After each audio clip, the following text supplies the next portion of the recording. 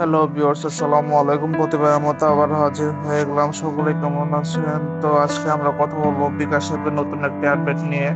তো এখন বিকাশে আগে রিচার্জ পরে টাকা, মানে বিকাশে রিচার্জেও লোন সিস্টেম তৈরি করেছে। চলুন ভিডিওটি শুরু করা যাক। তো যারা ভিডিওটিতে আছেন তারা অবশ্যই চ্যানেলটিকে সাবস্ক্রাইব করে পাশে থাকা বেল আইকনটি বাজিয়ে দিবেন, আর যারা অলরেডি সাবস্ক্রাইব করেছেন তাদেরকে অসংখ্য ধন্যবাদ। তো এখানে আমার ব্যালেন্সটা দেখে নিলাম। তারপর এখানে পেমেন্টে চলে যাব। পেমেন্টে চলে যাওয়ার পর একটা পেমেন্ট নাম্বার সিলেক্ট করে দেওয়ার পর এই দেখেন উৎস বেছে নিন। এই জায়গায় বিকাশ রয়েছে, কার্ড রয়েছে এবং পে লেটার রয়েছে, যেটা কিন্তু বর্তমানে মোবাইল রিচার্জের মধ্যেও রয়েছে। যেমন একটি আমার নাম্বারটাই দিলাম, দেওয়ার পর এই দেখেন উৎস বেছে নিন। এখানে বিকাশ এবং পে লেটার দুইটি আছে। আগে কিন্তু শুধু বিকাশ ছিল, এখানে কোনো উৎসর অপশনই ছিল না। এখন পে লেটার দিচ্ছে। পে লেটারের মাধ্যমে আপনি 1,000 টাকা পর্যন্ত রিচার্জ করতে পারবেন 7 দিন। এর মধ্যে যদি আপনি পরিশোধ করেন তাহলে 0% ইন্টারেস্ট, কোনো চার্জই লাগবে না।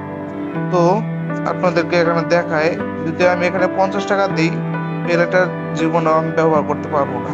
এখানে সর্বনিম্ন পে লেটারের পরিমাণ 100 টাকা। আরেকটা কথা মাথায় রাখবেন, 1,000 টাকা কিন্তু সবাইকে দেয় না। দাঁড়ান আপনাদেরকে দেখায় যে 100 টাকা দিলাম,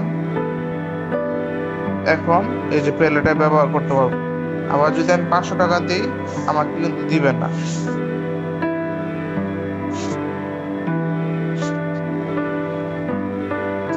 এই দেখেন পে লেটার লিমিট হলো কি আমার 300 টাকা। দেখছেন, এই যে 300 টাকা আমাকে দিচ্ছে, 300-র বেশি দিচ্ছে না। তো এই পে লেটার ব্যবহার করে কিন্তু আপনি অফারও কিনতে পারবেন। যেমন এই যে এই অফারটা দেখে আমি 300 টাকা কম 10 জিবি 150 মিনিট, এই অফারটা দিয়ে এগিয়ে জানিয়ে দিলে, দেওয়ার পর 7 দিনের মধ্যে পরিশোধ করলে কোনো ইন্টারেস্ট চার্জ নেই।